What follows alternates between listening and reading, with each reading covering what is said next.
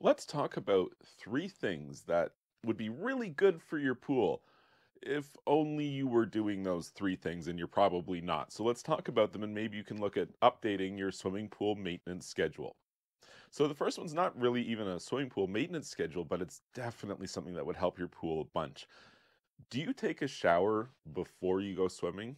Whether like a full shower or a quick rinse off? Do you have like maybe even an outdoor shower right adjacent to your pool where you can just do a quick rinse right before you jump in? If you did, that would benefit you tremendously from a water chemistry perspective. There are a lot of impurities that we carry on our bodies, and this, from stuff like skin and sweat, but also stuff like makeup and hairspray and suntan lotions and things like that. And all of these, especially the oils, really add to the chlorine demand in your swimming pool. So basically, these are impurities, and the chlorine's going to work to sanitize and oxidize these, but then it's going to deplete your chlorine reserve. Now you're out of chlorine, you got to add some more chlorine. And when you did, that affected the alkalinity and pH. So now you need to look at maybe adjusting those chemicals as well. And it's this whole cycle. And basically, if you can reduce on the amount of impurities that you're putting in the water, you could reduce on the amount of chlorine that you're having to buy and add to the water. So it's less work and less money. And then it carries on down the line because you'll have less subsequent treatments to things like alkalinity and pH as a result of doing less chlorine treatments to begin with. And all of this is just from a quick rinse before you jump in the pool. It's such a small thing, but if you want to be proactive and do things that you can, like for example, there was one summer a few years back, and there was a lack of chlorine. It was kind of like running short, and some people were unable to find it at times, and the price kind of got out of control. And it was kind of speculated, well, what happens here if we run out of chlorine? What can we do? Like, how do I make the chlorine that I have stretch further? And one of the best things that was proposed at the time was just being more diligent about rinsing yourself and your swimsuit before you go swimming. And that little thing could probably cut the amount of chlorine that you're using in half. So let's talk about the second thing that you could be doing for your pool, and it would benefit it greatly, but you don't really do it. And this one relates to your filter maintenance.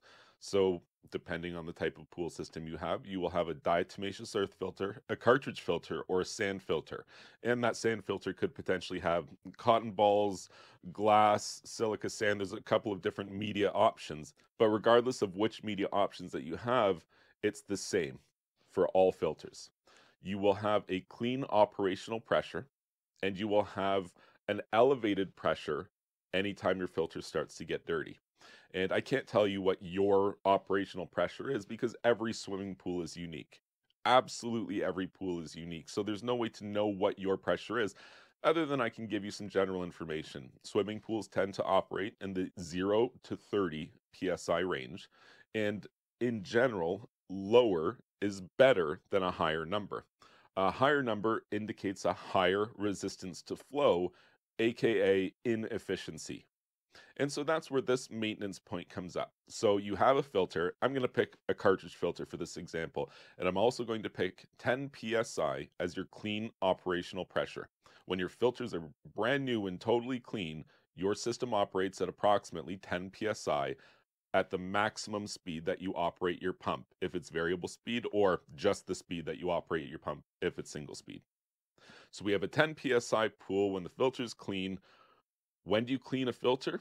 Well, typically speaking, when the pressure of your system rises 5 to 7 psi, that's the point at which you initiate the cleaning cycle. With a cartridge filter, you would open the filter, remove the filter elements, soak them in a degreaser, rinse them, return them into service. So, what could you do that would be better than this? Well, you don't have to wait 5 to 7 psi before you clean your filters. I mean, if your normal or your clean operational pressure is 10 psi and you notice that the filter is reading 13 psi, but you've got the day off and you're working outside anyway and you wouldn't mind cleaning the filters, is there any advantage? Absolutely. Why would you wait until there's 7 psi increase, a pretty massive restriction to flow, indicating that your filter is pretty loaded with debris right now? You don't have to wait that long. That's just kind of the don't wait any longer than this number. But You can go much sooner. As often as you want to clean your filter, essentially is fine to do. If you do so, you will have less restriction to flow, more system flow efficiency, probably a higher flow total. So there are some benefits to being more diligent about how often you clean your filter media. Which brings us now to my third point for what you could be doing for your pool, which would really benefit it a lot, but you're totally not doing it. And this is putting a cover on your pool every night. With a solar blanket, ideally, you would put a solar blanket on your pool every night and remove it in the morning. It's a lot of work to do that, and as a result, most people tend to give up on that schedule at some point. Some people don't use a solar blanket at all anymore. They just kind of leave it rolled up or piled up at the end of the pool. Some people will put a solar blanket on, but then just leave it on the pool all day or for 2 or 3 days or for a week at a time. Both of those situations aren't good. A solar blanket does not work if it's just rolled up or folded up sitting at the end of your pool.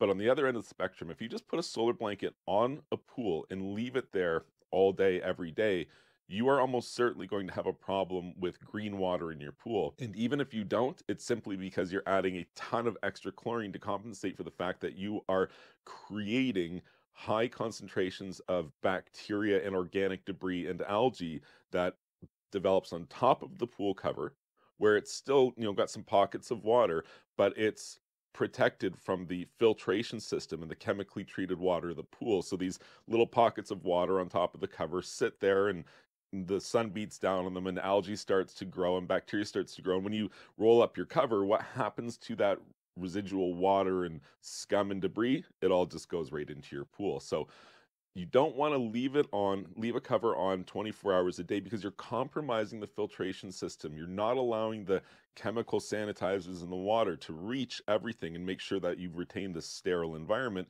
You are instead creating a perfect environment for growing a ton of algae and bacteria, and then you're just dumping that all directly into your pool, increasing the chlorine count, or the chlorine amount that you're having to add, the amount of work that you're doing, and the subsequent chemical treatments that you're doing.